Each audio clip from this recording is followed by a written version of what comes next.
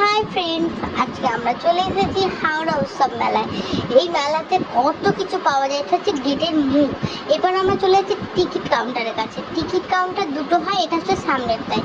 আমরা সামনেটা টিকিট কেটে কটন ক্যান্ডি খেতে কি ভালো লাগে বলতে পারবো না।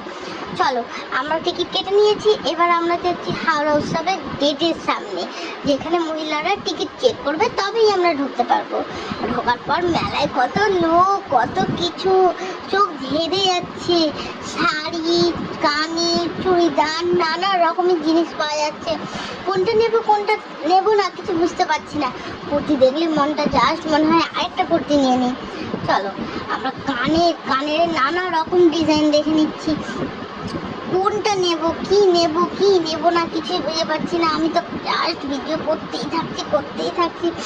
মনে হচ্ছে যেন এই কানেরটা ভালো লাগছে। দাম কত জিজ্ঞেস করছি, কিন্তু দামটা যা বলছে, ও মা, আকাশ ছোঁয়া। তবে এখানে 30 টাকার জিনিসগুলো ভীষণ ভালো। 30 টাকা হার, কানের, ব্রেসলেট, আংটি অনেক কিছু ছিল।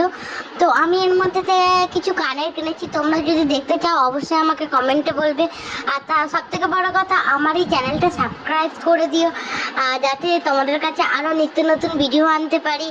আর এবার আমরা চলে যাচ্ছি ভূতের একটা জায়গায়, যেখানে প্রথমে ভীষণ ভয় পাচ্ছিলাম। এই যে ভূত বেরিয়ে এসেছে, ভীষণ পরিমাণে জ্বালাচ্ছিল, ভূতটা ভয় দেখাচ্ছিল। সেই ভয় পেয়ে খুবই নার্ভাস ফিল করছিলাম। তারপরে আস্তে আস্তে ভূতের ভয়টা কেটে যায়। একটা মহিলা দাঁড়িয়েছিল আর দুটো মানুষ জ্বালাচ্ছিল। যাই হোক, সেই ভয়টা কাটার পর আমরা এলাম সেকেন্ড রাউন্ডে। সেখানে থেকে একটা ভূতের মতো একটা দাঁড়িয়ে আছে আর দুটো নাচ করছে।